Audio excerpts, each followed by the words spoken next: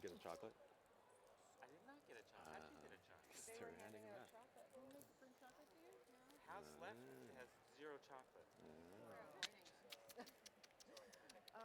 But it's not for now. No, it's for It's for Malika's. Malika's. Well, Yeah, you knew that yeah, because yeah, we talked to her. yeah. Here. She gave you chocolate?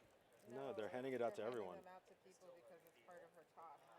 It's like a chocolate meditation. That's, I mean, I hate to be the person who has to follow that. Everybody else gets chocolate, and then you have to Yeah, follow she that. actually does that work. She does do that. That but kind of no, work. This is not this. Yeah. I think this is Yeah. like We don't know. I don't know. It's true you don't. It's not lint, right? It's not? it's Lindor or something. Lindor or Yeah. something. Yeah. Yeah.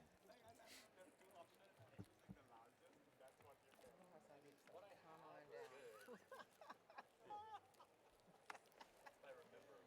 Well, the minute-by-minute play-by-play was... What's that?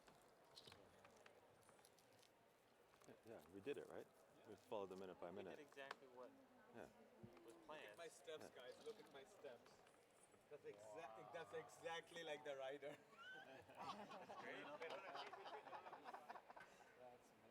Your tabla's on fire, Sandeep. Oh yeah, you gotta put that tape on the outside ring of your drums. Oh. LEDs, as I'm playing, it should flash in different colors. How about that? Or, have you seen the Blue Man Group? Yeah.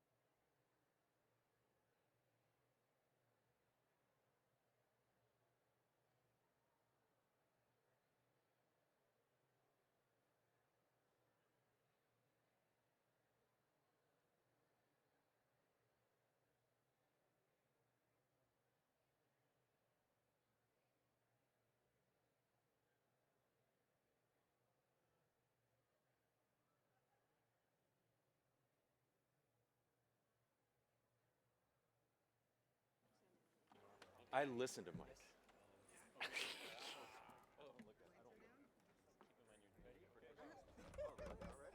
Hurry up and wait. Wait and hurry up.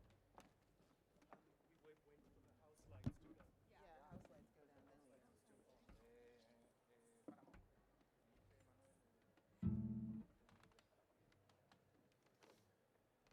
a good one. fun. Thank you for all of this. Thank you for all this. Amazing. You made it. Thank you, Manuel.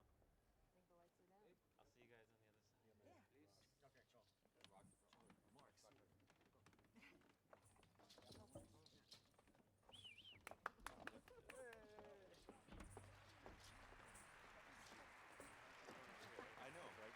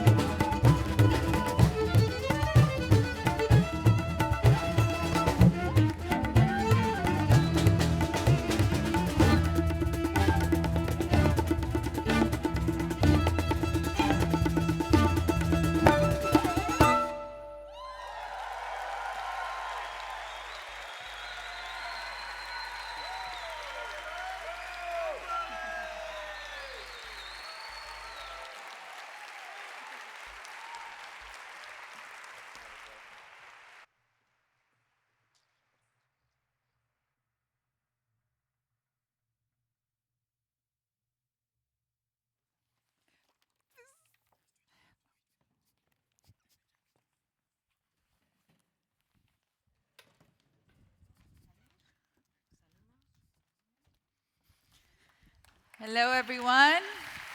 Hello. Hello. My microphone is working. All right. Hey. Wait a minute. You can do better. Good morning! See, it's starting to heat. Oh, good. Hello, everyone. Ikunon. This is good morning in Basque, as I understand it.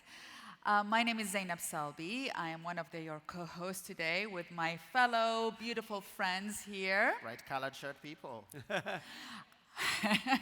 Well, but before we introduce ourselves, I wanted to thank the Silk Ensemble.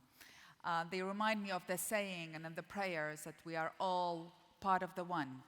When one is harmed, we are all harmed. When one is healed, it creates a path for all of our healing.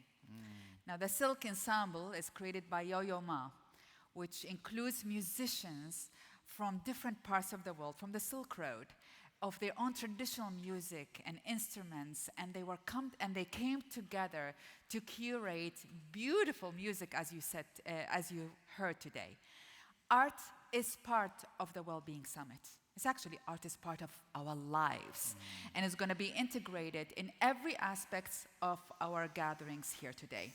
You will hear two different kinds of introductions, always. Some with our minds, Edwin, maybe, no. And some with our hearts. And it's always going to be the musical introduction for all of our speakers this morning. And with that, I hand it over to my fellow co-hosts. All right. Wellington. Be careful, everyone. Buckle up. No, it's just I just would like to get more. Is it okay if we get more personal and close? Absolutely. I think we have to. Go for it. Thanks. That's very easy, okay? I'm going to count to 3, and I would like you all to look to your right, and then look to your left. It's very easy. All you have to do is this and this, okay? Wonderful. So, 1, 2, 3, that way. Fabulous. We're really communicating. Their left, our right. Okay. I'll be more specific then. Okay. Please. 1, 2, 3, look to your right. 1, 2, 3, look to your left. What was that about, Thank Wellington? you. This way I could have a great profile of the audience. And I feel that with a profile like that, you know, the only way for us is to have fun, enjoy, and I am a clown, an actor, social entrepreneur, kind of like in that order. And my job here is also to be the chief silliness officer. And yeah. He is. 100%. He is. He is. So that we bring all of ourselves to this beautiful encounter. And it's a joy, amazing to be here. Let's make the best out of these days. Wellington, you make it so hard for me to introduce myself. I beg your pardon? My name is Edwin Macharia, and I run a firm called Dahlberg, which is the world's largest impact-focused advisory firm in the world. So I'm the serious guy, the guy nobody wants to hang with. But that's why I wore this bright shirt and this bright jacket, just to remind you, even I can be fun. So while many of my colleagues will bother you asking me, show me the metrics for what you're doing. What does that, are we making progress? What does this cost? We are also fun inside, so just remember to find the fun side in all of us, because it does exist. But for the next 3 days, I will be asking you to think of yourselves as water. Water has an incredible ability to just flow, to just find the places where it needs to be and be present. It can move fast, it can move slow. So think of yourself as water first in your ability to flow. Find the energy, flow with it. The second one is water has what is called a high capacity for heat, right? It moves from 0 degrees to 100 degrees, takes in thousands of megajoules to just get to boiling point. So when you find yourself in a place that feels a bit uncomfortable, sit in it, because you might actually learn something that you did not expect of yourself. As we integrate conversation and art, sit in the discomfort, because you're water, and you have high capacity for that. And finally, water refracts light. It creates beautiful colors and rainbows. Be the water that refracts light for your fellow people. who you're with over the next few days. So again, what are you? Water. What are you again? Water. I didn't quite hear that. What are you again? That's exactly And what right. does water do? Flows. Yeah. And with that, everyone, we're gonna start our program. But before we start our program, and with the spirit of laughters and water, serious. water, Water. I want to end us all here with a poem from David White and a prayer for all of you. Start close in. Don't take the second step or the third. Start with the first thing close in, the step you do not want to take. Start with the ground you know, the pale ground beneath your feet, your own way to begin the conversation. Start with your own question. Give up on other people's questions. Don't let them smother something simple. To hear another's voice, follow your own voice. Wait until that voice becomes an intimate private ear that can really listen to another. Start right now. Take a small step you can call your own. Start close in. Don't take the second step or the third. Start with the first thing close in, the step you do not want to take. Amen. And with that, prayers for all of you, for all of us, really, to understand and reflect the meaning of well-being. But before we start, allow me to introduce, it's an honor actually, to introduce Mayor of Bilbao, Juan Marie Aburto. Well, please help me welcome Mayor Juan. You got that? I guess we go this way.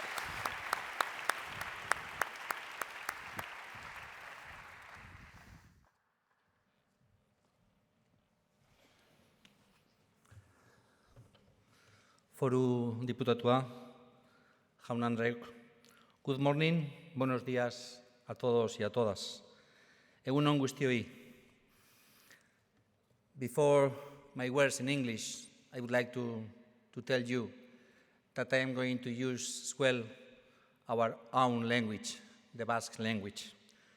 We have our culture, we have our identity, and we have our language as well, one of the most ancient languages in the whole Europe.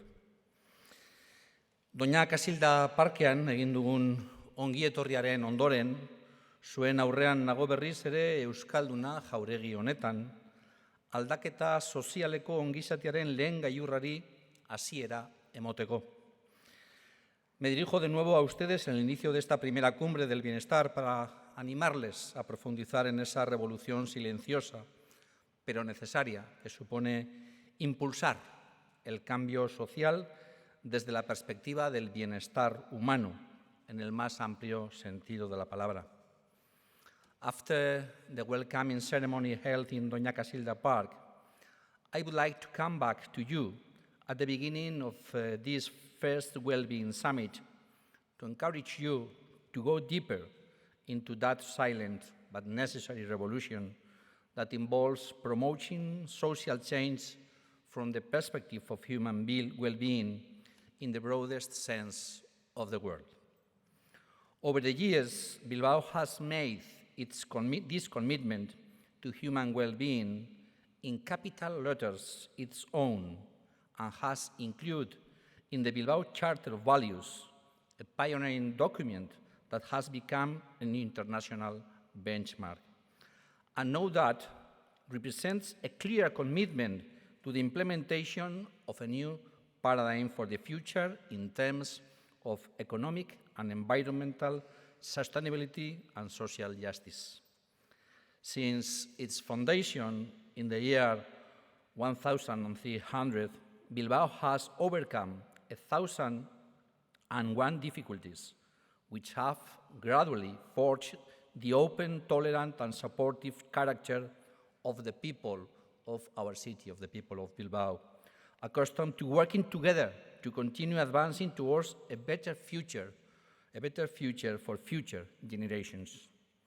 In these times of think global, act local, cities around the world as the daily habitat of more than half of humanity, have much to say about the great challenges of the future, such as climate change, energy transition, or decarbonization of mobility. As I said before, the coronavirus pandemic has taught us that working together is our only chance to move forward as a society without leaving anyone behind. That is why I am convinced that the post-COVID era will also be an era full of new opportunities linked to repairing the damage caused by hundreds of years of mass urban development.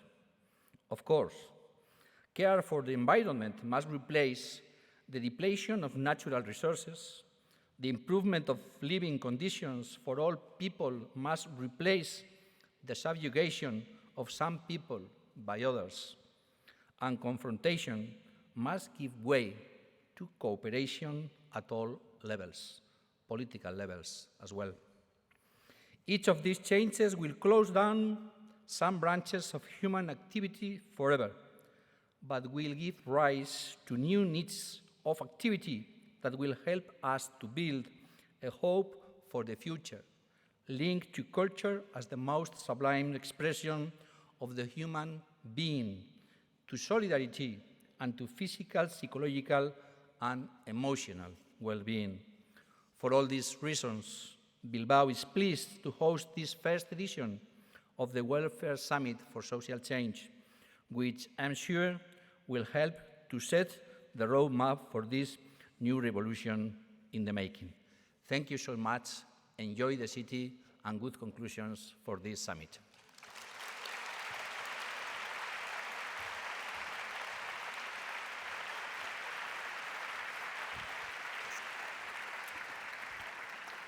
It's truly, honestly, a privilege and an honor for us to be in the Basque Country in here. Its language, as the mayor said, one of the most unique languages in the world. Not only a beautiful culture where you'll see art everywhere in Bilbao in here, but also it's my own encounter with the culture as someone who studied with a Basque teacher.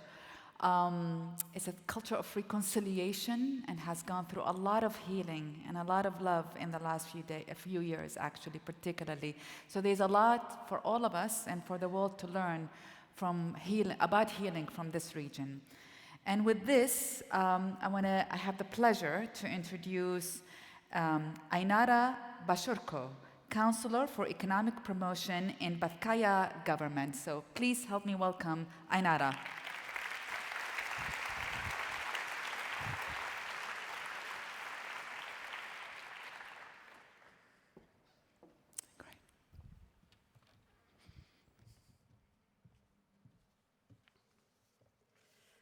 Alkatea eta hemen zaudeten guztioi egunon. Bizkaiak bat egiten du Wellbeingekin. Bizikalitatea sortzearen aldeko apustua egiten duen lurraldea garelako. Horretan lagunduko duten proiektuetan murgilduta gaudelako. Lurraldearen bizikalitatean eragiten duten faktoreak hobetzen lan egiten dugulako. Lanean jarraitzen dugulako. Bizkaia egiten jarraitzen dugulako. Bizikalitatea hobetzen laguntzen duten ekimen eta proiektuekin bat egiten duen lurraldea da Bizkaia. Good morning. As I told you in Basque, Bizkaia is linking up with well-being because we are a region that is committed to fomenting quality of life. We are engaged in projects that contribute to the same, working to improve factors that influence quality of life in the region. We continue working. We continue Bizkaia egiten. As a region, we take part in initiatives and projects that contribute to improving quality of life.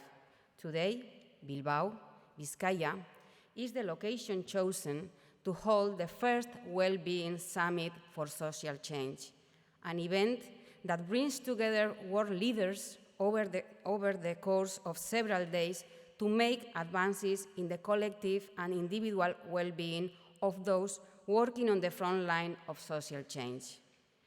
The Wellbeing Summit is an element that positions Vizcaya on the international stage, presenting our region as it is, one full of opportunities to attract investors, talent, visitors, and events. This summit helps reinforce participation in benchmark international networks. The Wellbeing Summit is closely connected to the importance of value-driven city and regional development, as well as the opportunity to guarantee healthy lifestyles and promote well-being.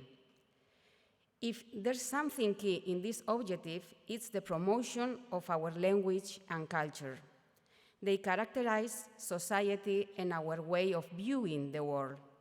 As they are also a factor for social cohesion, coexistence, and identity, we are committed to promoting the use of the Basque language and Basque culture as the foundation for the well-being of people and the key to an advanced society. Caring for the environment and enjoying it in a healthy way are part of the Vizcaya philosophy also. We are working on the energy transition. We are working to transform and fully revolutionize the system providing long-term care to those in need. We are also committed to the digital transition. We are a strong, advanced society that still has its own problems, struggles, and challenges. We have a high quality of life and excellent public services. We are a society that has worked hard and successfully. We are a well-being region that doesn't stop with the mission of driving our economy and improving Vizcaya resident quality of life. Our mission is to make things happen, to keep things moving, to push Vizcaya forward. Vizcaya keeps moving, Vizcaya keeps improving. We are working to leave a better Vizcaya for future generations. That is what drives us. A Vizcaya that translates into better quality of life, quality public services, and equal opportunities. A Vizcaya with political, social, and economic stability and its core value for achieving its goal. Welcome, welcome to our region, a place that has become a meeting place to share projects and movements aimed at building a better world. We would like to thank all of you that are taking part in this incredible project and have chosen us to accompany you on this journey. It's a journey whose goal we share. Thank you very much and welcome. Ongi etorri guztiok Bizkaira.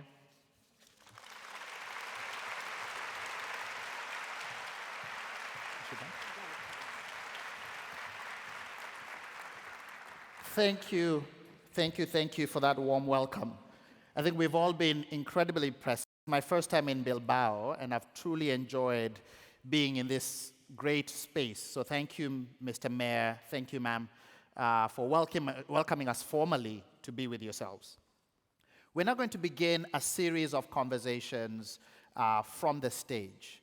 And I think, as was shared, we're very much integrating art and seriousness and serious, deep discussions. All the introductions we'll make will be short. And so if you have not yet, please download the app, log in, because you'll see the full bios of all the individuals that we have who will be speaking on stage today and over the next few days. And you can see their full accolades that they bear. But the two people who I'm responsible for introducing now are always clear that external accolades are interesting, but frankly, it's about what's inside. They're always clear that they do not want somebody reading out a long, I won this, I did that, I went to that school, but instead say, what kind of person are they when they show up in our lives? A bit of a personal story. I went through a fairly difficult year last year. I lost my wife last year. And these two individuals, even though we'd never met physically in person, were there for me in ways that they do not understand. I'm sure all of us have this experience when you see an email coming and you're like, do I want to open it? I'm not sure. I'd see the email from these guys and I would click immediately and read it because I knew there were words of encouragement, there were words of saying they're thinking about me and they're holding space for me to find healing and to be able to come back in the world in my full self. And so without further ado, I want to introduce two individuals who to me draw such a deep well of humility and generosity humanness and humanity, and are frankly the reason most of us are in the room. Sandrine and Aaron.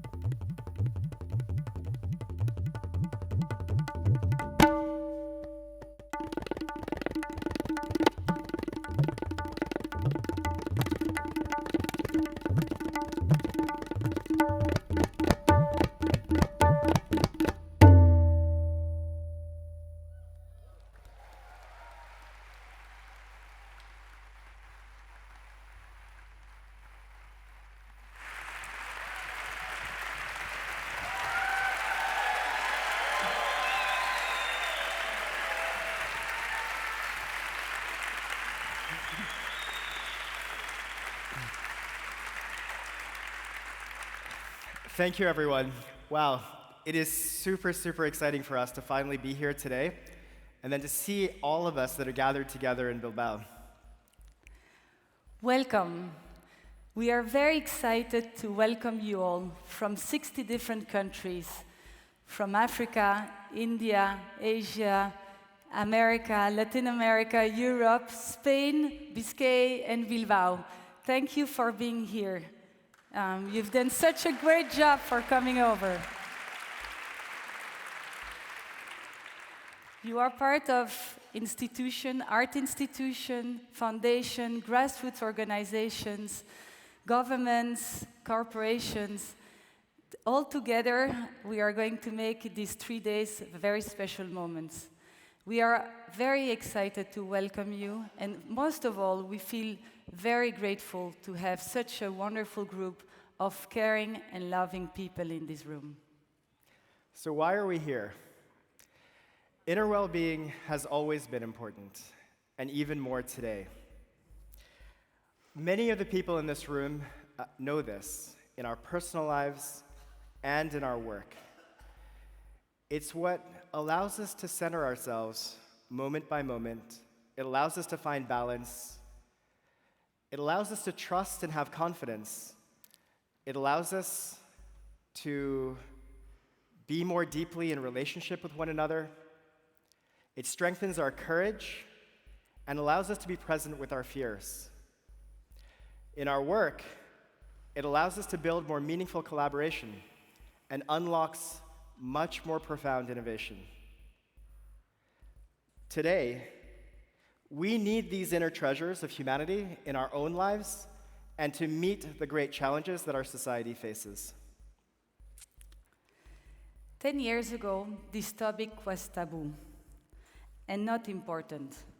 Many people in this room and outside this room have worked to bring a culture of inner work and inner well-being alive in social change.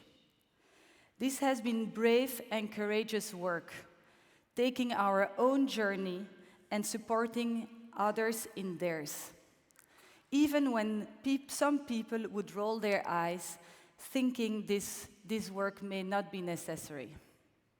We have done this work as individuals. We have done this work in small groups. And in the last 10 years, things have changed. More and more, inner work and inner well-being is entering into the mainstream of social change.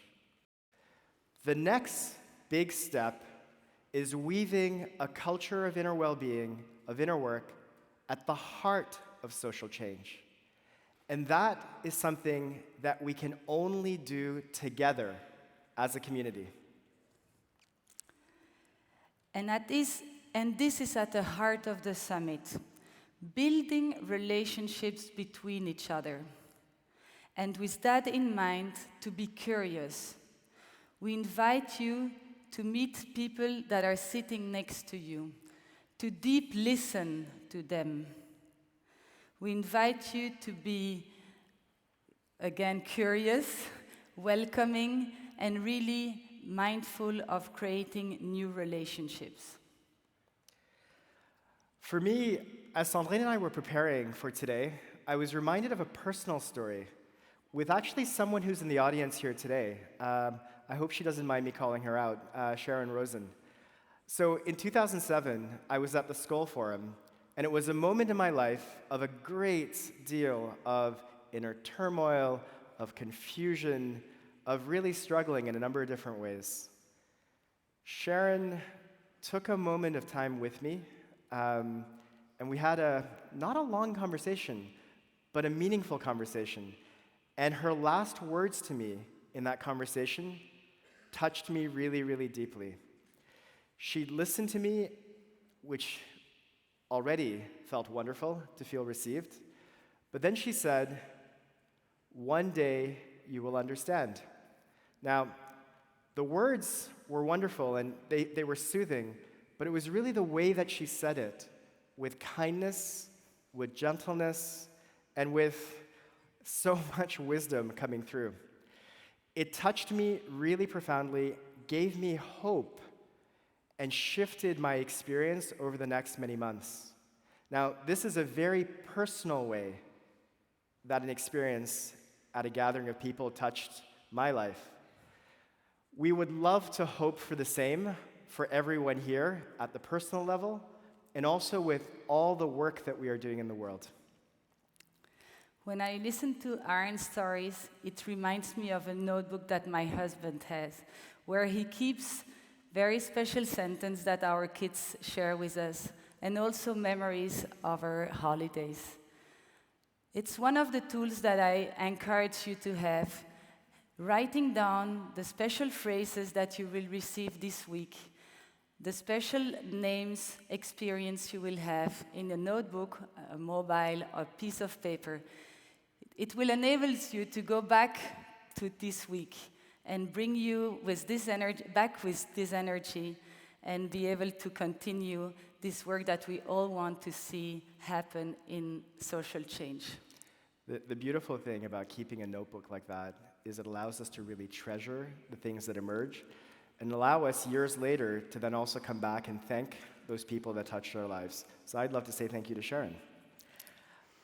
The last big thing that we'd love to invite is something truly unique at this summit. We have woven art at the heart of this gathering. For us, it was absolutely fundamental. Art is our universal language.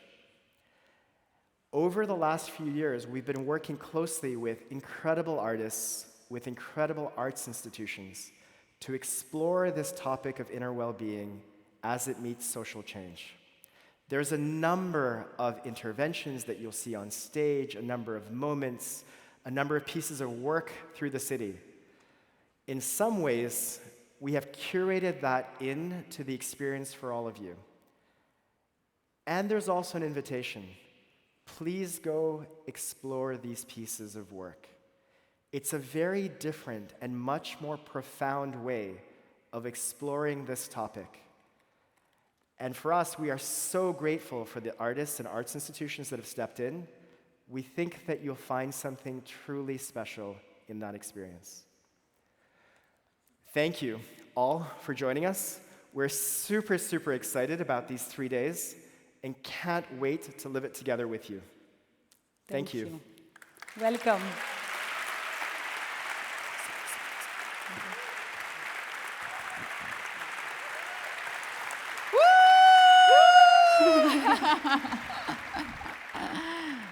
Amazing what they pulled together. Truly, people, all of us from all over the world, it's been a true work of love.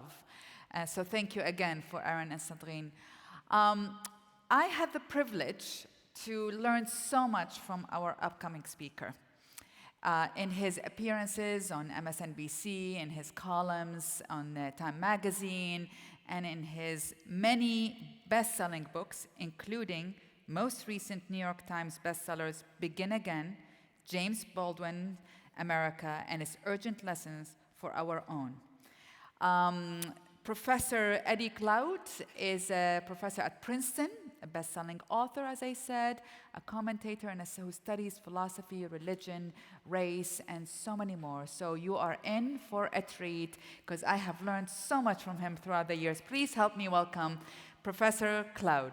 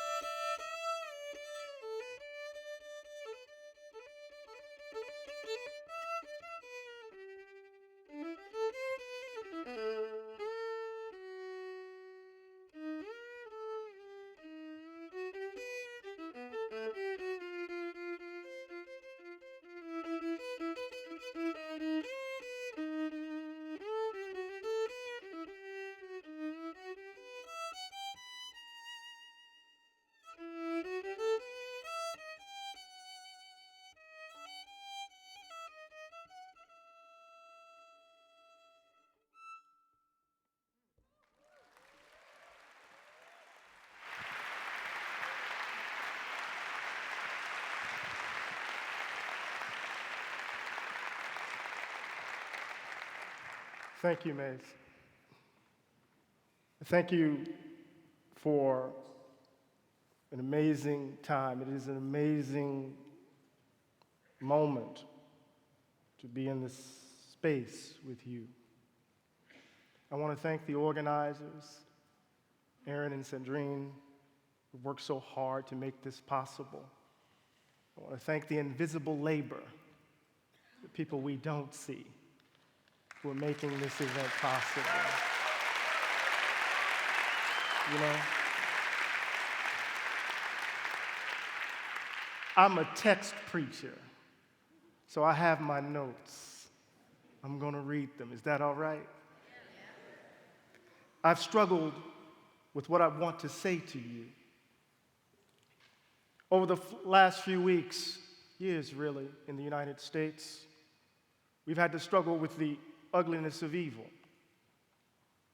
Innocent people shot down in a supermarket in Buffalo, New York, by a young man who believed that white people in the United States are being replaced. Imagine a grandmother, 86 years old, who has lived a full life confronting death in this manner. Imagine her family, the grief. And then there was the slaughter in Uvalde, Texas. 19 children and 2 teachers murdered by another young man with an AR-15. Babies gone. A husband dies of grief. Parents lost in a fog because God has puzzled them. And yet politicians and fellow Americans argue over the accessibility of guns as families bury their dead. They choose coffins for their children. Conservatives dig in their heels as they defend the right of an 18-year-old to own a weapon of war. Liberals demand common sense gun laws, but nothing changes. Nothing ever changes in this place that claims to be a beacon of democracy. Or to paraphrase James Baldwin, America changes all the time without ever changing at all. And just think about it. This has happened against the backdrop of unimaginable horror, the unimaginable horror of a pandemic that has left over 1 million Americans dead. This is not an abstraction. These are mothers and fathers, sons and daughters, friends, brothers and sisters, people we love. We are so atomized in the United States that we've had to grieve alone. So divided into our individual silos that even the idea of the loss of 1 million people could not bring us together. The sphere of moral concern has narrowed. The place where I live, the place that likes to think of itself as the darling of divine providence, is so overrun by selfishness and greed and hatred that we could not muster the will to respond appropriately. 1 million dead and counting. The toxic combination of selfishness and greed and hatred has slowly poisoned our way of life. The moral infrastructure of America is crumbling. The bridges of concern and fellow feeling towards one another are collapsing. The very idea of a robust conception of the public good has fallen to the wayside as an economic philosophy has turned us into what? Self-interested persons in competition and rivalry with each other in pursuit of our own aims and ends. Y'all with me? Now, you combine all of that with the belief that some people, because of the color of their skin, ought to be valued more than others. And we are left in the place where I'm from, with the country fighting a cold civil war and eating its entrails at the same time. What do we do in the face of it all? In the face of babies and grandmothers lying in pools of blood, what do we do? How do we muster the courage to fight for a better world, for a different way of being together as the bodies continue to pile up around the world?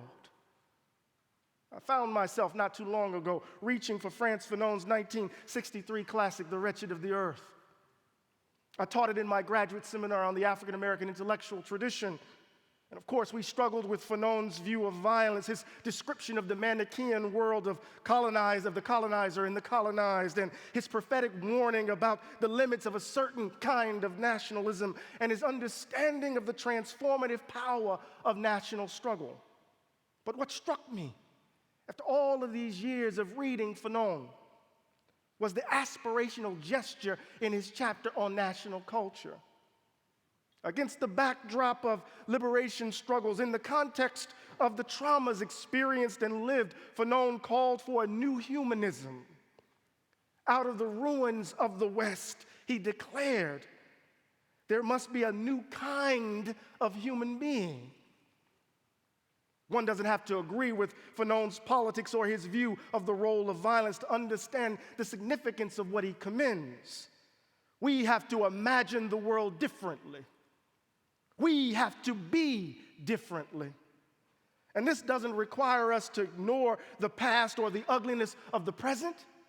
It doesn't require us to shift still within a neoliberal framework and declare well-being as if it's some narcissistic self-concern. Oh, did y'all hear me?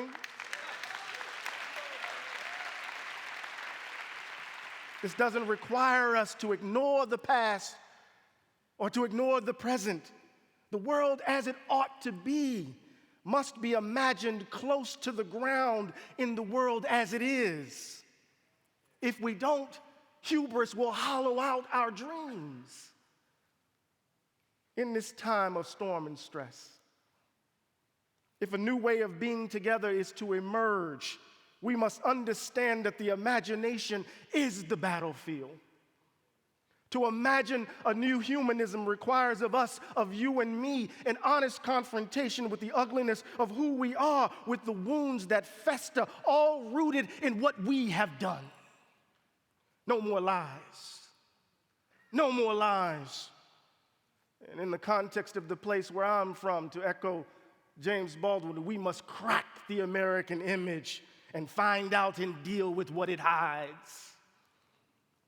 In a commencement address delivered at St. Lawrence University in 1984, the late novelist Toni Morrison told the graduates to dream the world as it ought to be. To dream the world as it ought to be.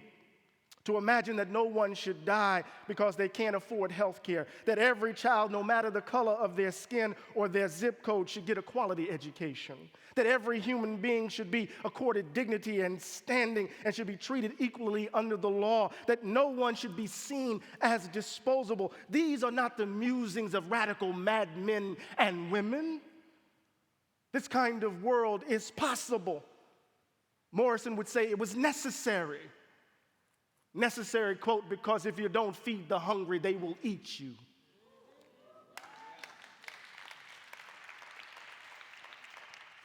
We must imagine a different way of being together. Our scars and bruises, the pain and wounds demand as much. We have to break loose from the ideologies that have shackled us to the ground and dare to think for ourselves, funded by the experiences of the past. Each generation, Fanon said, must discover its mission, fulfill it, or betray it. Our mission, I believe, is to imagine a new world, a new humanism close to the ground. I often find myself these days reaching for help, trying to beat back the despair and panic, to respond to what feels like cascading crises that threaten to overwhelm. Again, I've struggled to what to say to you in this moment, to offer hope amid the storms, and the storms seem to always come. Ironically, William Faulkner's Nobel Peace Prize comes to mind. Nobel Prize, he wouldn't be a Peace Prize winner. But his Nobel Prize come to mind. Faulkner said, I decline to accept the end of man. Quote, it is easy enough to say that man is immortal simply because he will endure, that when the last ding-dong of doom has clanged and faded from the last worthless rock hanging tideless in the last red and dying evening, that even then there will still be one more sound, that of his puny, inexhaustible voice still talking. I refuse to accept this. I believe that man will not merely endure, he will prevail. He is immortal, not because he alone among creatures has an inexhaustible voice, but because he has a soul, a spirit capable of compassion and sacrifice and endurance.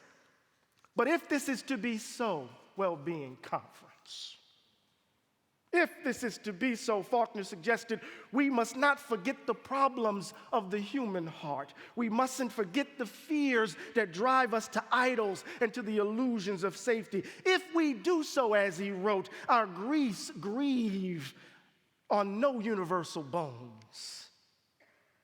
Our imaginations become surfaced and barren. We write not of the heart, but of the glands. We mustn't forget, I come out of a tradition that speaks to pain and suffering. Each of you is called to bear witness. Each of you is called to be a dream warrior, to risk everything right now in this moment to make the world anew. You are called to be that inexhaustible voice, to exhibit that spirit capable of compassion and sacrifice and endurance.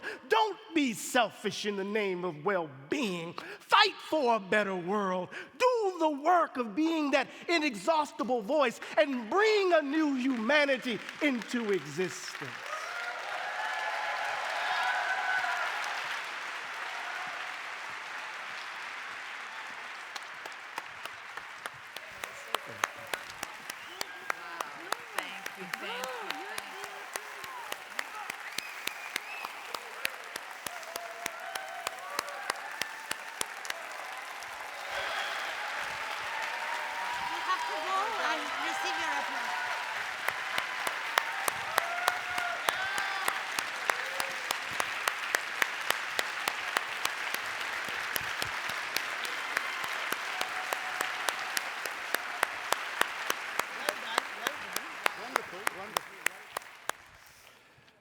Wow. Oh. Oh, and this is just the beginning. Oh, brother. Okay. Going on with the beauty and the power and the joy of our gathering, I would like to introduce our next guest. Our next guest, who insists that reverence for nature should be at the heart of every political and social debate.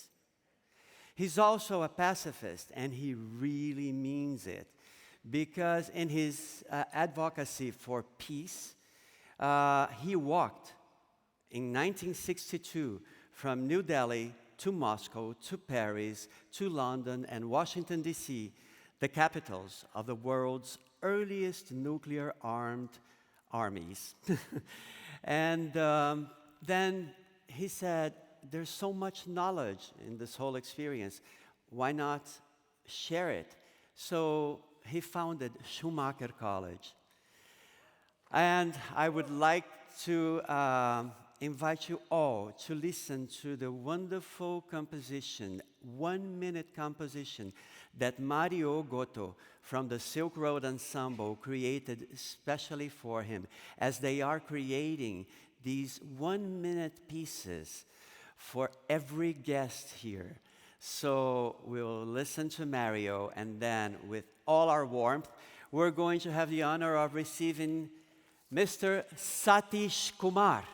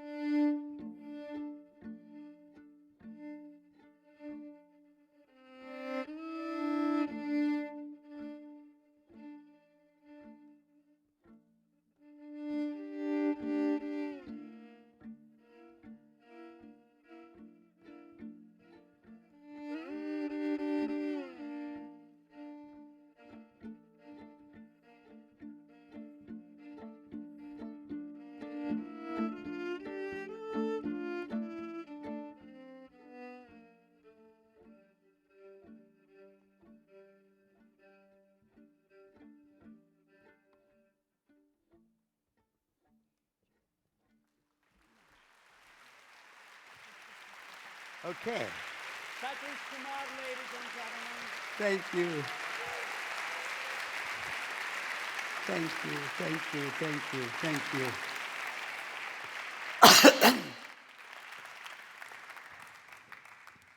You have heard some beautiful words in Basque.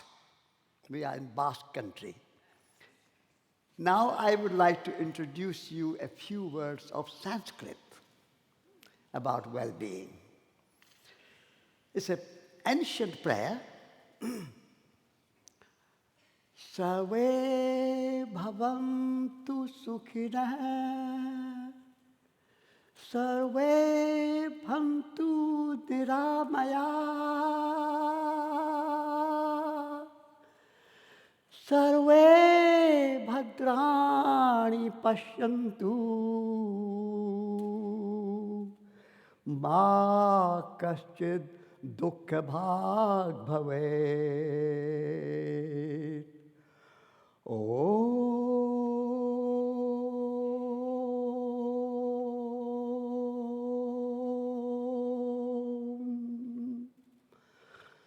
Shanti, Shanti, Shanti.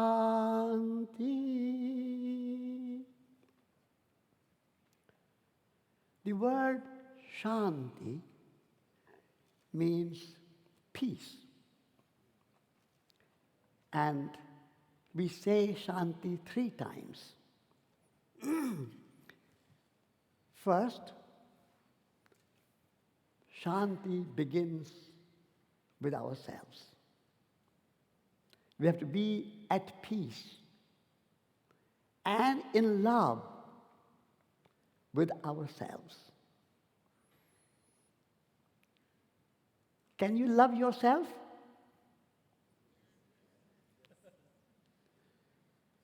Unless you love yourself, how are you going to love anyone else? What is love? Love is to accept yourself as you are. Accept yourself as you are, without comparison, without judgment, without criticism. You are a unique, special being, a great gift to the universe. So make peace with yourself. That is the key to well-being. But you are not alone.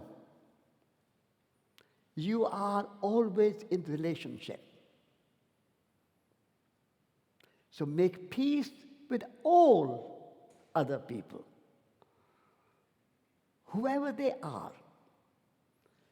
They might be black or white, rich or poor, Americans, Russians, Chinese, Ukrainians, particularly Ukrainians and Russians, Africans, whoever you are, Hindus, Muslims, Christians, Buddhists, Jews, whoever you are, love them. Make peace with them. That's the second piece. Without discrimination. The third piece is peace with cosmos. Peace with nature. The way humanity is treating the natural world is like being at war with nature. The way we are treating our oceans with plastic. The way we are treating our rivers with sewage. The way we are cutting down the rainforest. The way we are treating our animals in factory farms, where thousands of animals are kept in cruel conditions. They never see the light of the day in their whole life. Make peace with them. Make peace with nature, with peace with our planet Earth. That is peace. Well-being comes from love. We have forgotten how to love. We have to start with that. Love revolution.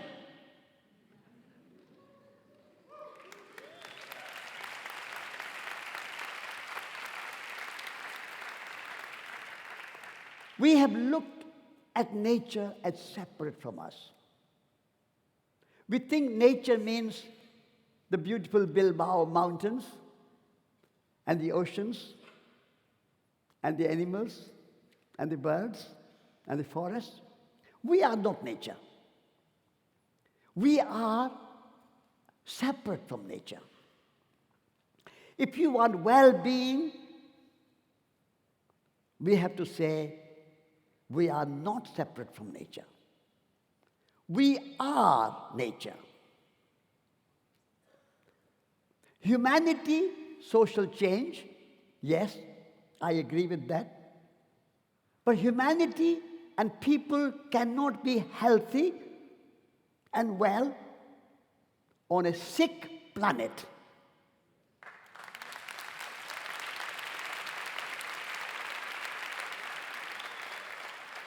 So the planetary well-being, social well-being, and personal well-being are intricately connected. There is no separation. Separation is the cause of suffering.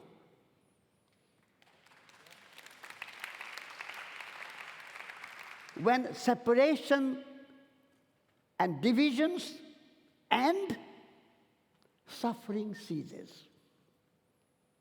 When love is there, suffering ceases. Separation brings an end to love, unity, relationship, connection.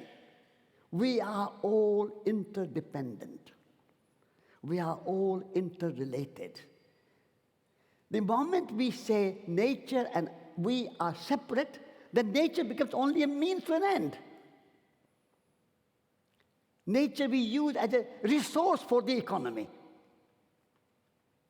And not only we use nature as a resource for the economy, we use humans as a resource for the economy. Many of you work in many businesses and organizations, universities, government departments. All of them, more or less, because I come from England or from Britain, I have experience there at least. They have something called HR department. You know what HR stands for in their view? Human resources. Now, I want to change that. I want to proclaim that HR stands for human relationship.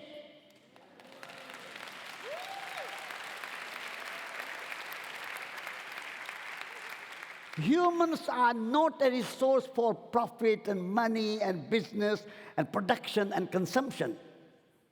Human dignity of human life, the production, consumption, economic growth, they are means for the well-being of humans and well-being of planet. We have this confusion of means and ends. Nature and humans have become the means, and profit and production and consumption has become the end. For well-being, we need to change that. And we have to, the other way around. Production, consumption, economy, money, they are the means to ensure the human well-being and well-being of planet Earth. That is my mission. And that will come when we love nature, when we love life, we love planet, we love people, and we love ourselves. And so, love is the answer. What is your question?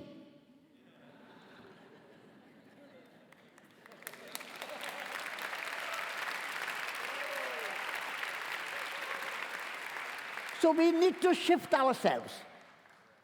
We need to shift our focus from the economic growth to growth in well-being. At the moment, all countries in the world, India, China, Russia, America, Europe, Africa, Latin America, all countries in the world, they are all focused on economic growth, economic growth, economic growth. From this conference on well-being in Bilbao, let's shift that and say, we don't want economic growth for the sake of economic growth. We want economy and economic growth for the well-being of people and well-being of planet.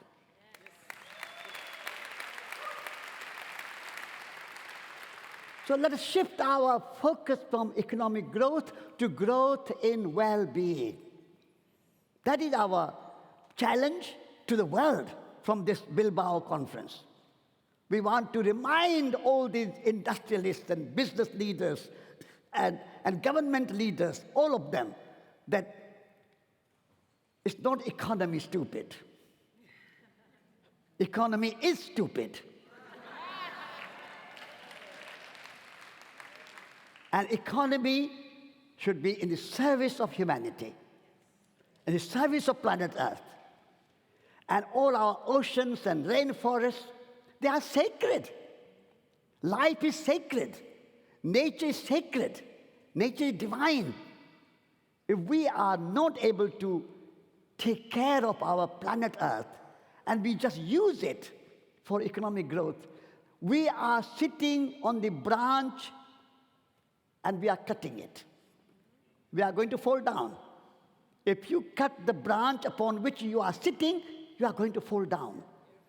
Nature and humanity are the branches.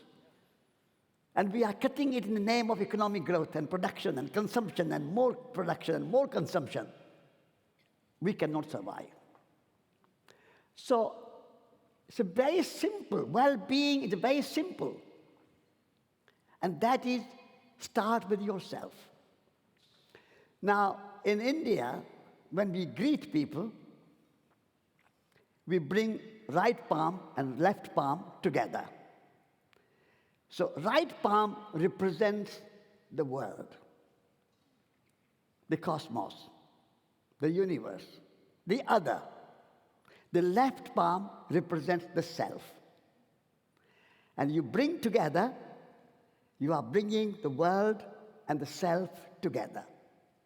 Please bring your both palms together. And just think about how we can bring the world and the self together. And say, in your heart, say, cosmos is my country. By bringing two palms together, you say in your heart, cosmos is my country. And then, whole planet Earth is my home. And then, nature is my nationality. And ultimately say yourself, within your heart, love is my religion. Once you have a cosmos as your country, then you can have Spain and Basque country and France and England and any country you come from. Fine, no problem. But don't forget the cosmos. And planet is my home. Then you can have wherever your home is, but don't forget the planet home. And nature and nation, nature and nationality, nation, come the same Latin root. Nature comes from natal. Natal means birth, prenatal, postnatal, birth. So we are all born. So our true nationality is nature.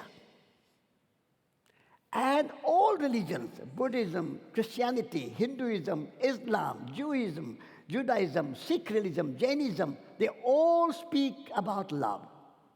Love is the ocean. And the religious traditions are rivers. All the rivers have come back to ocean. So love is our true religion.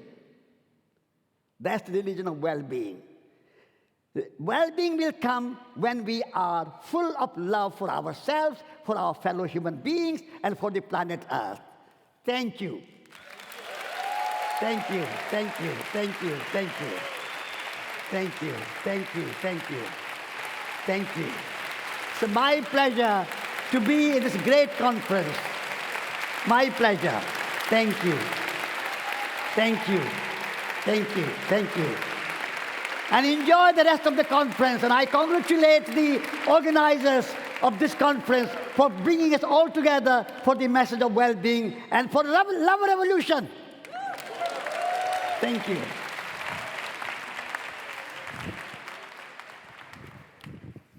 Thank you very much. Thank you. Am I the only one who's feeling a bit of goosebumps? Is it just me or is it all of us? Are we water? Or as we say in Kenya, are we water? Are we water? Are we flowing? Are we sitting in discomfort? Not yet.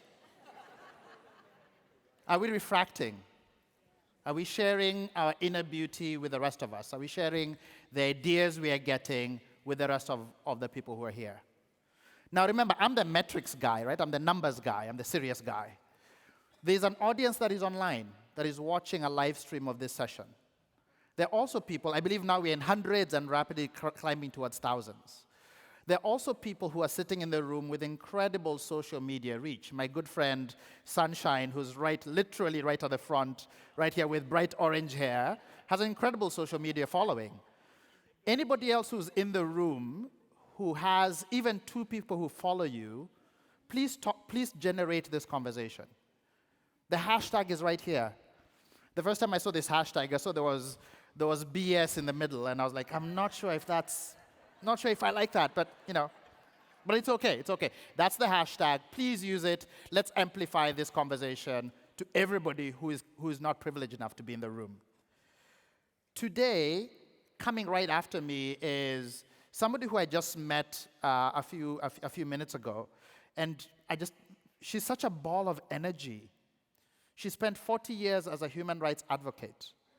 She won the Skoll Breakthrough Award in 2016 for her work, globally recognized for what she does. And she's now spending her time thinking about interconnectedness. And she said something really, really beautiful, which I will butcher, but I'll try and convey the message. As we were backstage, she said, "We're living in the paradigm of rupture, a physical, spiritual, and metaphysical separation from others and everything around us.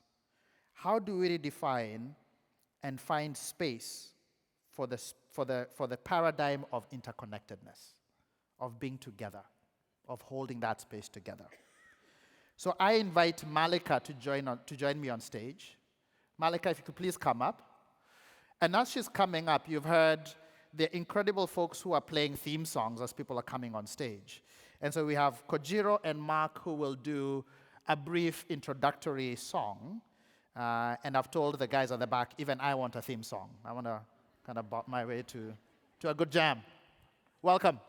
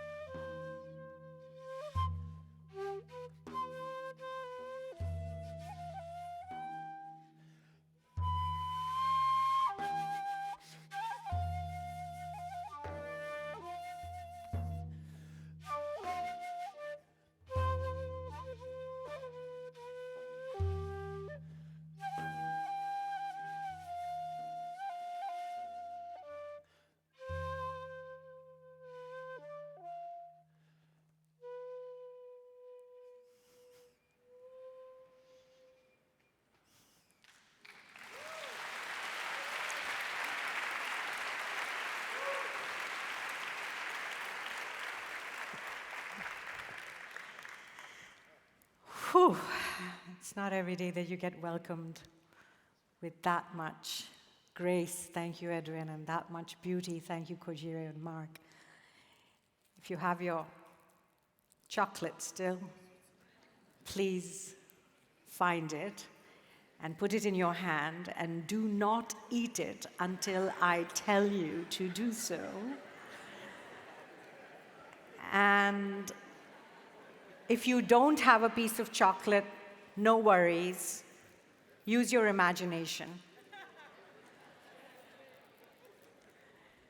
So as you're holding your chocolate in your palm, I want you to close your eyes. And if you don't have one, close your eyes anyway, and let's go on a journey. We're in a tropical, gorgeous, beautiful jungle in the Ivory Coast, and the cocoa trees, the pods on them have come to fruition, and the machetes are gently harvesting the pods. A sustainable forest, fair trade practices, an ecosystem that is thriving.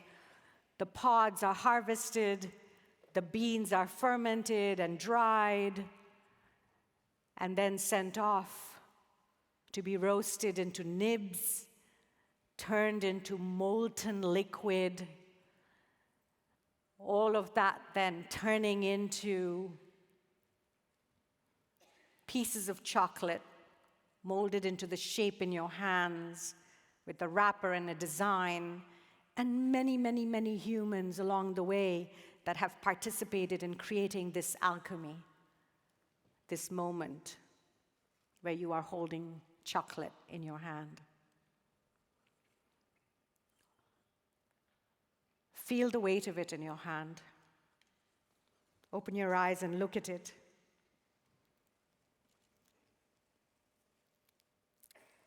Allow yourself to slowly start to open and listen with your ears as you hear the rustling of paper and this beautiful mahogany, dark brown color emerges. And just allow your eyes to feast for a moment. Take a finger or two and just touch and feel the sensation of this piece of solid velvet in your hand that has traveled all the way from the Ivory Coast to be here right now. All of the senses of our bodies coming alive as you look and you touch and maybe now smell.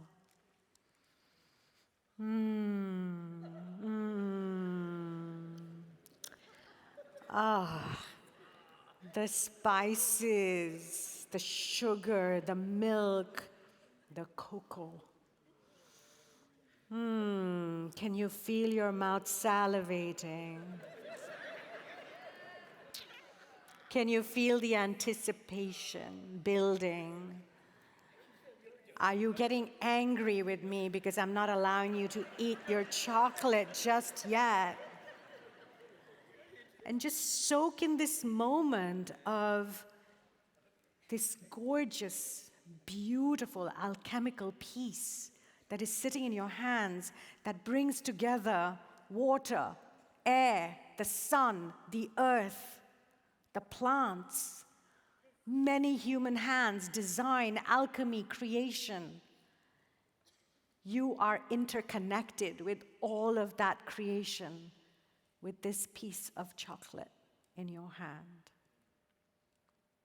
And now, the moment is here.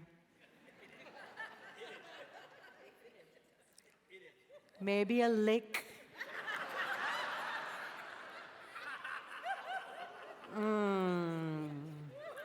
Maybe a small bite. Oh my God, there's liquid inside. How is your mouth feeling as you savor? Feel the sensations as it melts, moves down your throat. The gifts of the earth, of our great mother. The gifts of so many human beings in your mouth at this moment.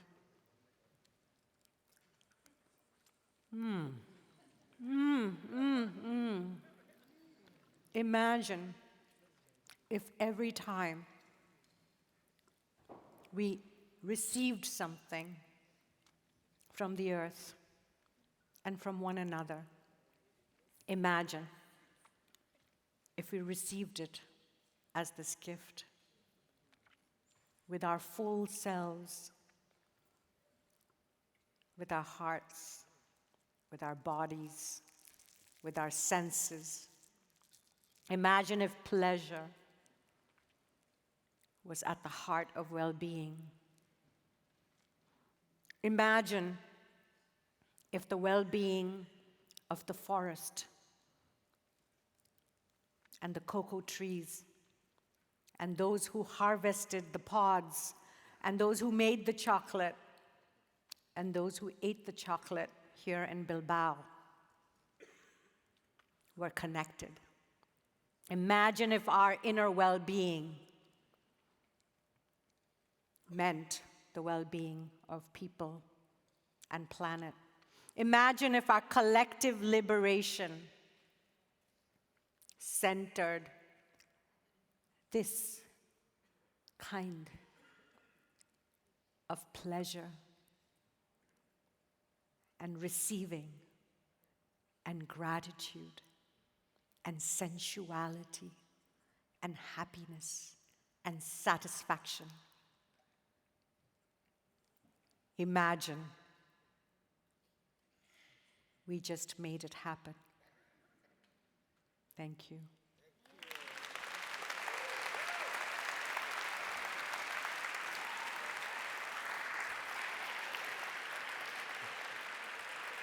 Wow. Wow. What Malika was talking about is consciousness. Yeah? In the words of my teacher, Angela Arian from the Basque region, from the Basque country, everything about this earth moves slow to medium, except humans. Everything, animals, plants, everything about earth moves slow to medium, except we walk and act and think so fast. And that is not a natural rhythm, actually. The natural rhythm is to catch up to the rhythm or slow down to the rhythm of earth itself, slow to medium. Because in that rhythm, we understand what Malika was trying to demonstrate, consciousness. And there's a consciousness in everything, in all the plants and the animals and of course in each other, everything around us. And all what we need to do is slow down. There are two ways to introduce anybody, and especially our upcoming speaker, Luisa Zondo. There are the external ways where we introduce ourselves with our credentials. So, in Luisa's case, she's board secretary and chair of Oxfam, South Africa's funding committee, and CEO of the Bertha Kwaso Foundation. Forgive me. But there's another way to introduce each other, right? I mean, we all come and say, hey, I'm Zainab Salmi, da-da-da-da-da-da. And there's another way to talk about our internal lives and what's going on in our lives. And there's usually no room to talk about these discussions in cocktail events or summits, except for this one, about what is going on with our own personal lives and the struggles and the joy and the pain and the triumphs that we're all facing.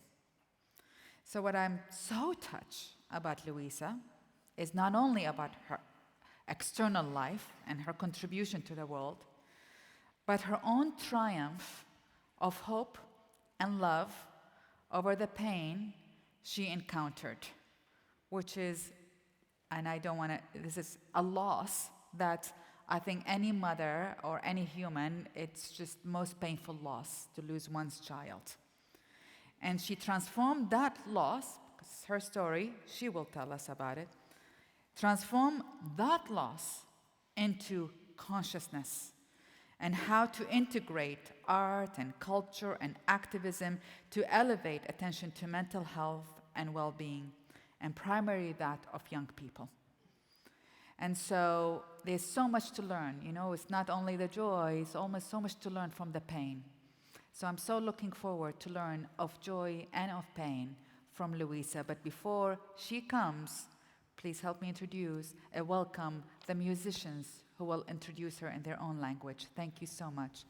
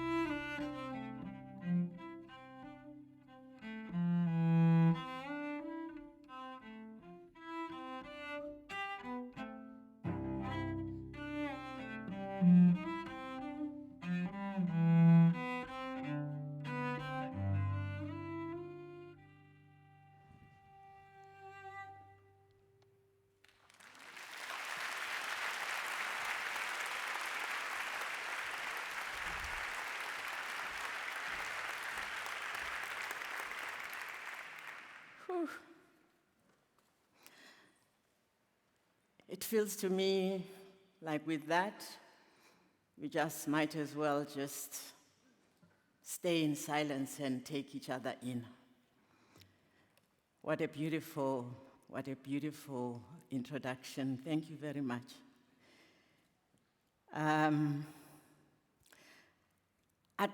like to start off by confessing to an extreme level of nervousness as I stand here.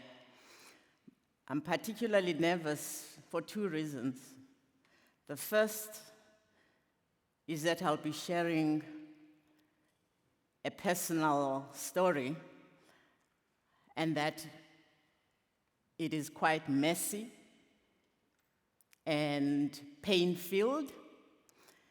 The second is that I have not shared parts of what is in there publicly before.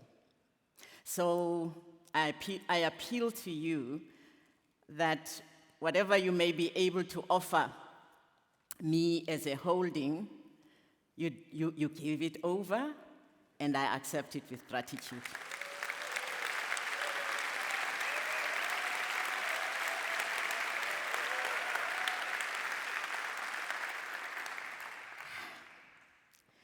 So I am a 58-year-old South African black woman. And I say that word black to take us all into a space. I was born and raised in a township in the outskirts of a city of Durban in South Africa, and this was in apartheid times. And living in townships, especially townships designated as African townships, was not that easy. The space was hard in so many different ways. I was the last of three sisters. My mother was a nurse, my father was a social worker, and just by virtue of their education and line of work, they would have fallen into the category of the elite in the township. We were not wealthy, but as children, we really were teased at school about being the haves. Our parents, trying to do the best they could with raising children in apartheid South Africa, developed an approach to life of making our home environment very, very restrictive. That was their attempt to bring safety in light of the enormous dangers of the spaces we had been thrown into.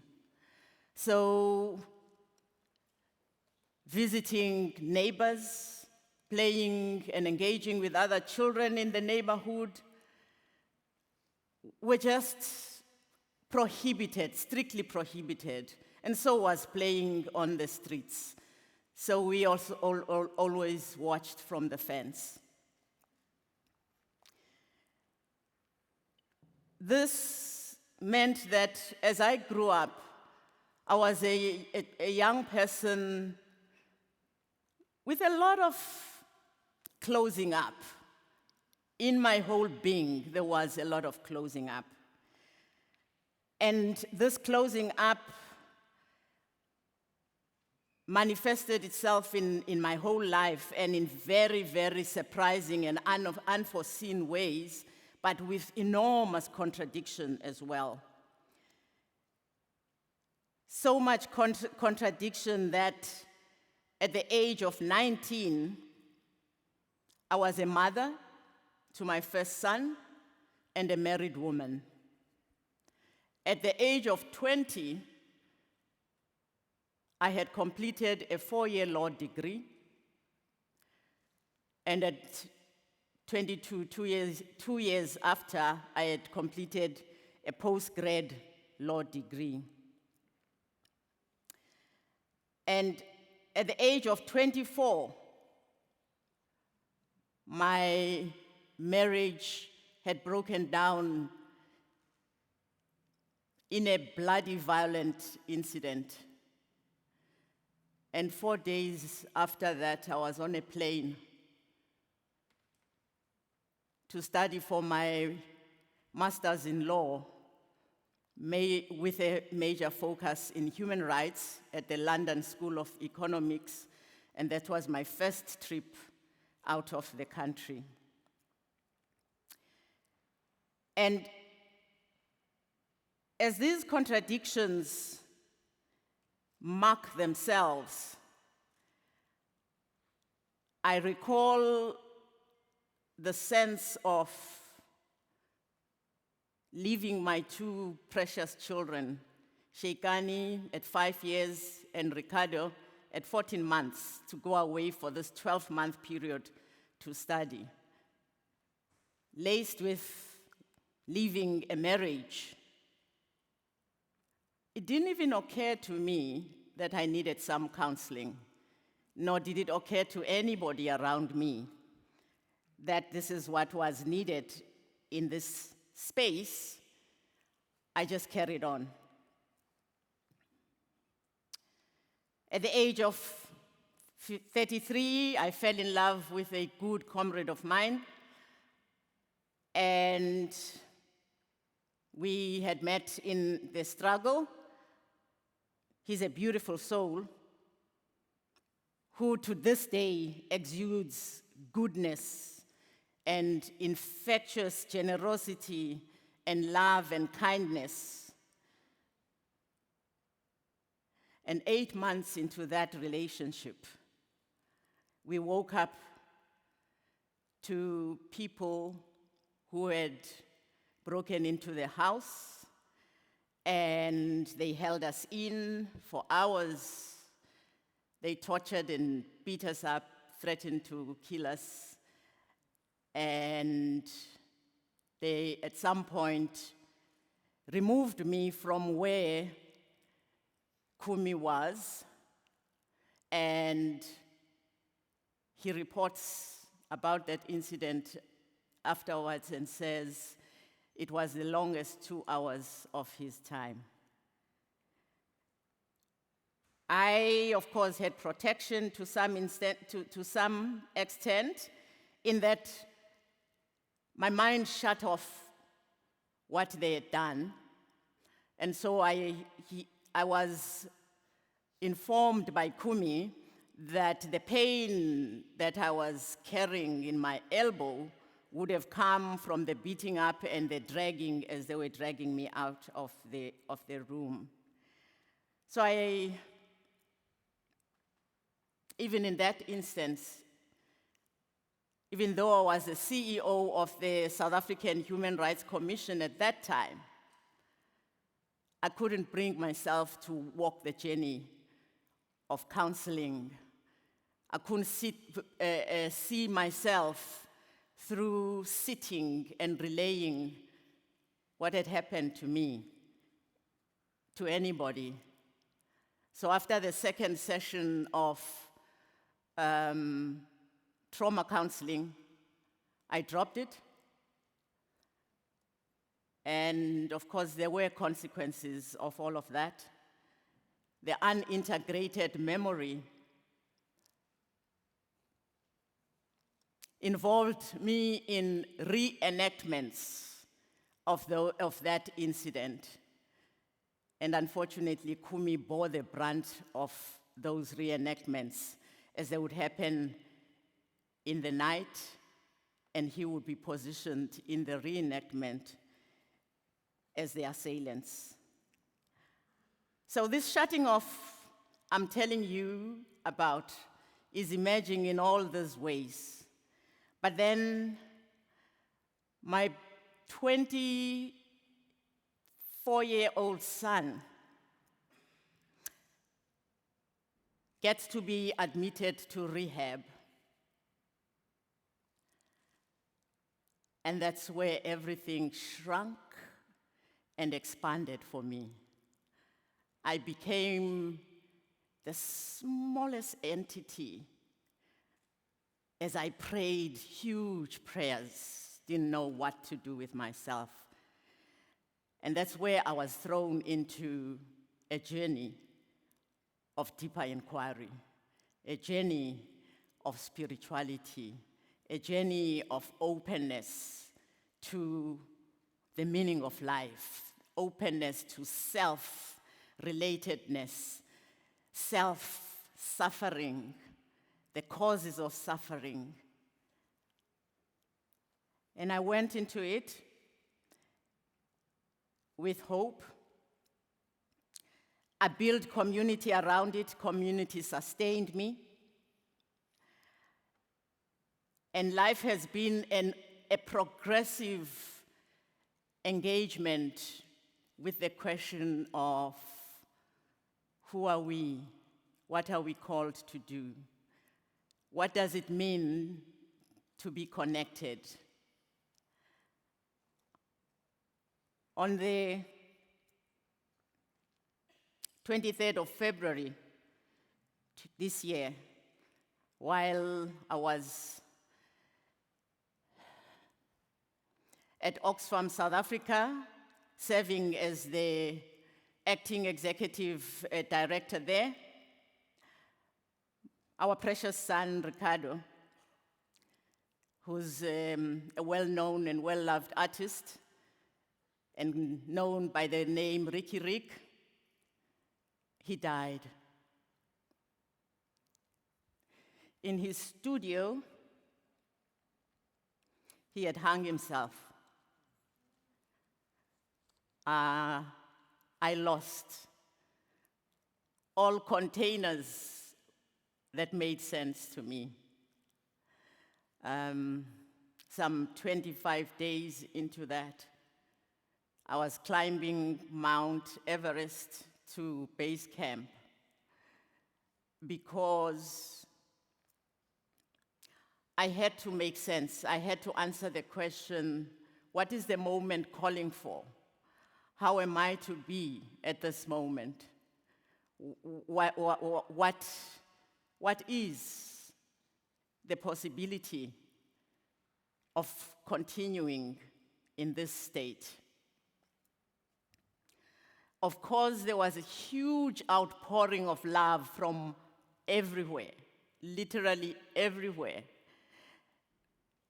People had been touched by Ricardo's life, and that was a gift in this time of immense grief. The ability to see Ricardo's death not only as the pain that stops everything, because I did drop everything.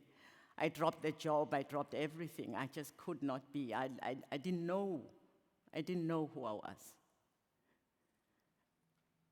The ability to hold that outpouring of love with a vision of that calling that says, come. See the spiritual moment in this very, very dark, painful space was there with me. So as I climbed up to Mount Everest Base Camp, I met with Ricardo. In spirit, we communed. We had a huge exchange of revelation about how my life, which had caused a lot of damage in many places, including, by the way, damage that relates to how I misused resources that were placed in my personal space.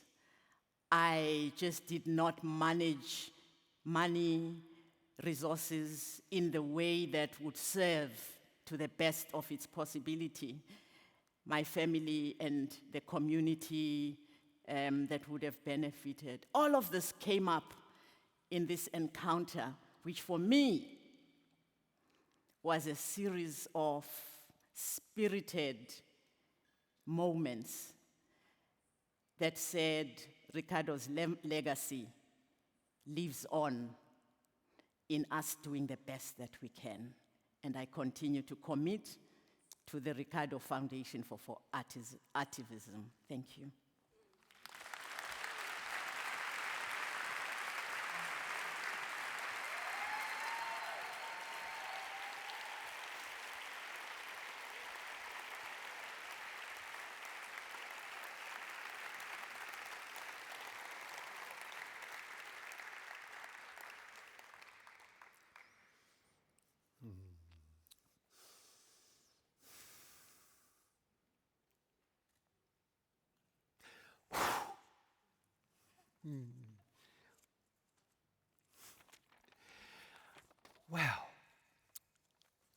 Well, first of all, I would like to add a piece of information.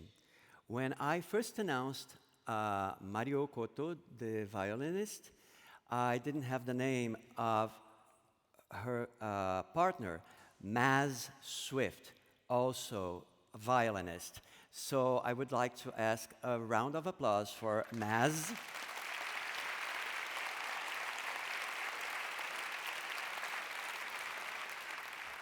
And the honor of introducing our next guest. Okay. She's a Mumbai-based freelance journalist and mother, she made a point of adding that, who writes about social and political movements in contemporary India. And she founded a very unusual platform, Ahimsa Conversations. It's an online platform exploring possibilities of nonviolence. And when we mention nonviolence, one of the first names that comes to mind is Gandhi. And she wrote a book known as Bapu Kuti, Journeys and Rediscovery of Gandhi. So she studied his life, and I lovingly call her Gandhipedia because she knows so much about him, and she shared so beautifully in her book. So I ask you to join me in welcoming her with all the joy, love, peace, and everything that brings nonviolence to life. Ladies and gentlemen, please welcome Razny Bakshi.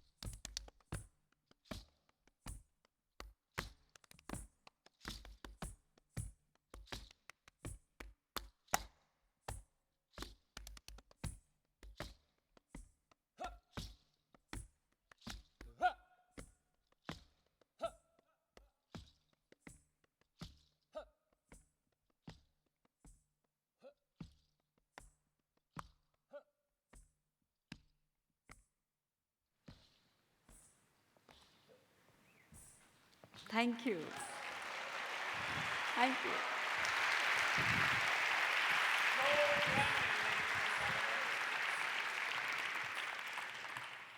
Namaste. I'm going to take you back to a rather famous moment in history. It was a cold winter evening in 1948. Mohandas Karamchand Gandhi was walking across a lawn to attend his daily evening multi-faith prayer meeting. It was a friendly crowd, and suddenly one man stepped forward, first bowed to Gandhi in reverence, and then shot him at point-blank range. But the Mahatma, the great soul, had actually lost the will to live many months before the assassin caught up with him. On his last birthday, it was also his only birthday in free India, in October 47, he said, "It's for me a day of mourning because I have lived to see my entire life's work reduced to ashes." And that's because he had spent 50 years before that working for just two things. One was to prove that nonviolent politics was possible, and the other was the dream of a free and united India. But freedom came at great cost. India was partitioned. The most horrific communal violence erupted. An estimated, and this is a conservative estimate, 2 million people perished, and many more millions were displaced. My entire clan was part of that moment. We lived through and survived that Holocaust. I have vivid childhood memories of my parents talking about both the trauma of partition and the trauma of Gandhi's assassination. They say 1.5 million people showed up for Gandhi's funeral. It was a long procession. And my father was in that crowd. And it's from my father that I first learned about Gandhi's tenacity. That how even in this darkest hour, when he was heartbroken, when he himself considered that his experiment had failed, he never lost faith in nonviolence. He said, "I have failed, not the ideal." So what was this? Why did he have so much confidence that nonviolence is as old as the hills? And what can we learn from his experience that is, significant for how we live our day-to-day life today, how we act in politics? And I'll take you to a story from Margaret Mead, the cultural anthropologist. She was once asked, what is the oldest artifact of human civilization? She didn't point to any man-made, human-made object. She pointed to a 15,000-year-old human skeleton in which the femur had broken and then healed, and the person had gone on to live a longer life. This meant that at a time when our ancestors were pretty much wandering herds, people had started to stop for the one who fell. Somebody cared for that person so they could recover and live a longer life. Now, Gandhi knew this by instinct, but he also knew it from his very detailed observation of everyday life. And so the claim that life in its raw form is short, nasty, and brutish was a pernicious claim, according to Gandhi. And he said that any claim for being civilized that accepts this as a truth is doomed. To equate civilization with technology is the path to darkness. For what is civilization, not just what builds it, is our capacity for care, compassion, love, and above all, cooperation. Now, how did these values appear in Gandhi's own life? I'll give you an incident when he was just 24 years old. He was at that time, a failed lawyer. He was really struggling to make a living. And he's on a train in South Africa, and he's thrown off, literally, he's forcibly thrown off the train because a white passenger complains that a brown man cannot travel first class. And he said, "I have a ticket," but that was no good. Now, we would think today that this was a classic justification for a lifelong trauma. He could have grown in resentment. He could have hated white people all his life. But exactly the opposite happened. Instead, Gandhi realized, one, it's not personal. It was not about him. Two, the issue here was injustice and discrimination. And three, he resolved to fight it. But fight it without resentment or hatred for the perpetrator. And that inaugurated the journey which today we call nonviolent action in multifarious forms. Over the last 2.5 years, I've spoken to 109 people from 24 countries on this platform, Ahimsa Conversations. And there's a diversity of views, but I'll give you just the 2-3 things on which everybody agrees. One, ahimsa is not absence of violence. Ahimsa is when we overcome our desire to harm people or our equally innate capacity to be aggressive. It's the energy that is released when we are able to engage with care and compassion, stand firm against injustice, but do so without trying to obliterate or even to hate the wrongdoer. And in its highest form, it's love in action. Now, all this seems very nice, but there's a catch, right? In everything, there's a catch. And for me, that complication was best illustrated by a woman I met at a nonviolence training workshop in New York. She said, I ain't showing up for a gunfight with a bat in my hand. And I realized that what she's saying actually is what Gandhi repeatedly said himself, that it is better to take to arms than to cower in cowardice or to be feeling defeated and helpless in the face of violence, and violence is a reality. So it is not surprising that a lot of people who show up for nonviolence training are struggling with precisely this. They don't want to be cowards, they do want to be brave, and yet they don't want to be brave in the way that we are commonly taught that, the people who carry guns and knives are brave. On the contrary, true bravery is to engage to take a stand without violence. So ahimsa is both natural and it is hard work. It is natural because we now have ample evidence from multiple disciplines of both natural and social sciences, which is showing us, and this is research-based, it's not anecdotal, it's showing us that it is much harder to train people to kill. Militaries across the world report that it takes a lot of effort to break down people's inhibition to kill, but it takes almost no effort to train people for nonviolent action. At any rate, it is much, much easier for people to learn and adopt. Why? Because I think it's an inward process of discovery. The very act of seeking to learn nonviolent action enhances well-being. It's a process of self-discovery, and that fills your outward view of the world with wonder.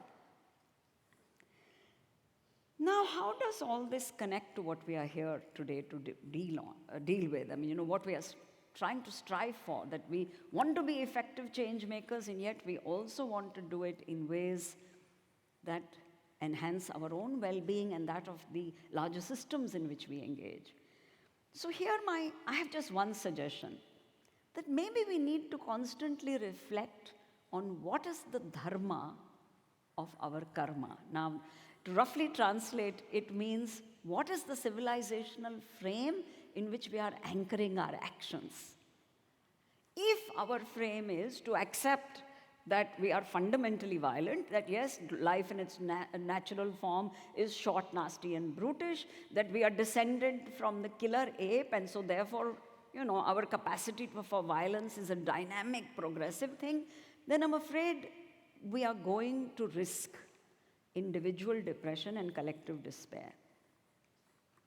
But if we are willing to accept that the non-violence impulse is equal or stronger than our violent impulse, and both are human impulses, then a very broad and wide open horizon opens up for us, in which the possibilities are truly infinite. I'll close with another story. This one is also from a journey on a bus, a very famous journey. You've all heard of it. Rosa Parks on that bus in Montgomery, USA, that, when she defied that attempt to evict her on the grounds of racism, she wasn't doing it randomly. It was a result of training. She was part of a movement. But above all, it was her conviction that conflict may be inevitable. Violence is not. And so I'll close by reminding all of us of the famous words that Hannah Arendt, to whom I pay great tribute, the political philosopher Hannah Arendt, so clearly put it in a nutshell. She said, "It is never power that flows from the barrel of a gun. It's only instant obedience." And that is why disobedience is so important. Gandhi's killer succeeded in creating an immediate impact. Okay, his victim fell dead on the spot. But that is not what is shaping history. What is shaping the future of our species is that Gandhi's defiant disobedience inspires generation after generation. I truly think Einstein was not exaggerating, when he said that for generations to come, this act, what was going to be remembered, what is being remembered, is this defiant disobedience. So power with each other, not over each other, is our goal. And disobedience, nonviolent disobedience, is the path, is the energy that lights up our pathways. Thank you so much. Namaste. Namaste.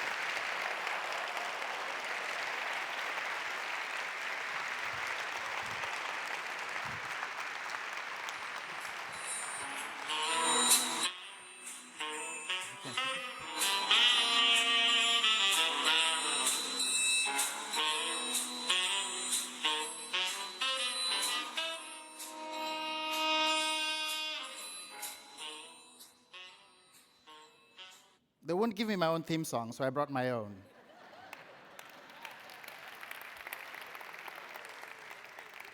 That is how we create the world we want, right here on stage. We've come to the close of today's formal gathering and formal conversation. And then, of course, people said, well, let's send out the boring, serious guy to tell you what you need to do after this. So that's my job. Lunch is open. When you all registered, you got vouchers that you could use to go to different restaurants. This is the time to use those vouchers. As we said, we are flowing, we're sitting in discomfort, and we're refracting light. Do not have lunch by yourself. H2O has 3 molecules. At least have 3 people with you. Okay?